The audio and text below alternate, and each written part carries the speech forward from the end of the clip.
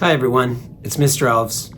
Welcome to our virtual Pink Shirt Day celebration for 2024. First of all, thank you again to our amazing student leaders, our incredible school choir, and to each and every one of you for participating in our assembly this past Monday. We hope that you have had some more chances in your classes to talk about how we can work together to make our school and the world a better place for everyone. Today we're coming together again to stand united against bullying and to spread kindness and compassion. Pink Shirt Day is a special event where we wear pink to show support for those who have been bullied and to declare that we will not tolerate bullying in our community. It's also a great opportunity to learn more ways to make this commitment together. As elementary students, you play a vital role in creating a safe and friendly environment for everyone at our school. Remember, being kind and standing up for others not only makes them feel better, but it also makes you a hero in your own right. There are many reasons why it is important for us to learn and talk about Pink Shirt Day today and every day, including raising awareness about bullying, its impacts, and the importance of being an upstander, celebrating our differences and what makes us unique and special, fostering empathy and compassion by putting ourselves in others' shoes, showing the importance of working together by learning the skills to navigate challenges and disagreements in a healthy and constructive way.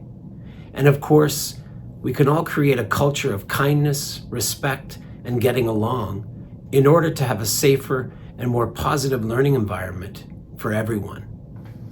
For today, I'm going to share a story that will help us learn more about empathy and being kind, and then we'll end off by giving a challenge to everyone to create a classroom pledge to show all the amazing acts of kindness that each and every one of us do every day, and to see how these small actions make a big difference, and to show the world that kindness always wins. A Kid's Book About Empathy by Darren K. Roberts. You might be wondering if this book is important. Guess what? It's the most important book ever. No, seriously, ever.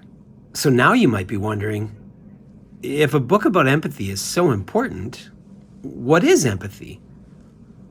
Well, when I was a third grader, in Mrs. White's class, there were 23 students.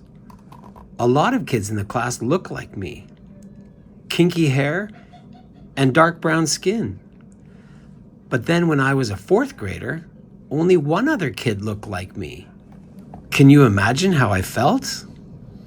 If you said out of place, unsure, and scared, you'd be right. That's what empathy is. Empathy is when you stand in someone else's shoes. It's when you feel with someone who is experiencing something that's hard, sad, or scary. Empathy means you feel with, listen, don't judge, and ask questions. You might think that sounds a lot like sympathy, but the two couldn't be more different. Sympathy is when you feel for someone. Sympathy sounds like, I feel sorry for you. Well, that stinks. I can't believe that happened. Empathy is when you feel with someone. Empathy sounds like, how did that make you feel? What can I do to help?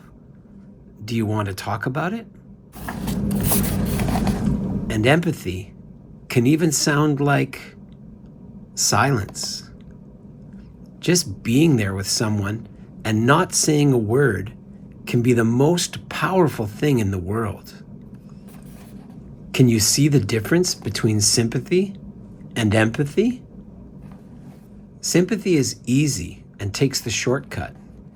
It might seem like it helps, but most of the time it doesn't. Empathy is hard and takes more time, but it also creates comfort and connection. Sympathy is usually about you. Empathy is always about someone else. So how do you do this empathy thing? Well, let's say your best friend's dog dies, and they tell you at lunch the next day. What should you do? First, take a deep breath. Don't be in a rush to tell them how you feel. Take the time to think about how they feel. Second, listen. You don't have to do all the talking. It's okay to let them share. I know it's hard, but you can do it. Focus on what your friend is saying. Third, ask questions. Find out what they're thinking and feeling. Don't judge them or assume anything. Make sure you use more question marks than periods in what you say. How, what, or when are good places to start. Fourth, imagine. Maybe the exact same thing happened to you, or maybe you've never even had a dog. That part really doesn't matter. Just try to imagine and put yourself in their shoes to feel what they feel. That is empathy. Let's remember, 1, take a breath.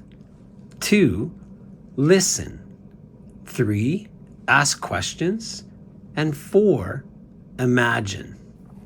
When you do those things, you feel with someone instead of for them, which is great to do when something is hard, sad, or scary. And make sure, no matter what, you don't try to fix them. This isn't about you and how you can make things better. Just be with them, because empathy is the most courageous and creative thing you can do.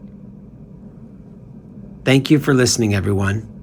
For the Kindness Pledge or the Classroom Challenge, we want everyone to take the poster like you see behind me, and we want you to add all of the acts of kindness for yourself, for others, or towards the environment, and just make note of them, decorate them, share them on your posters between now and spring break. This can be something that you write down yourselves, or perhaps it's something that your teacher notices and they write down about things that are happening in the classroom. Just a collection of all of the amazing things that we do here at Squowitch every day to show kindness. Thank you, everyone. And again, enjoy the rest of this beautiful day. Happy Pink Shirt Day, everyone. Thank you.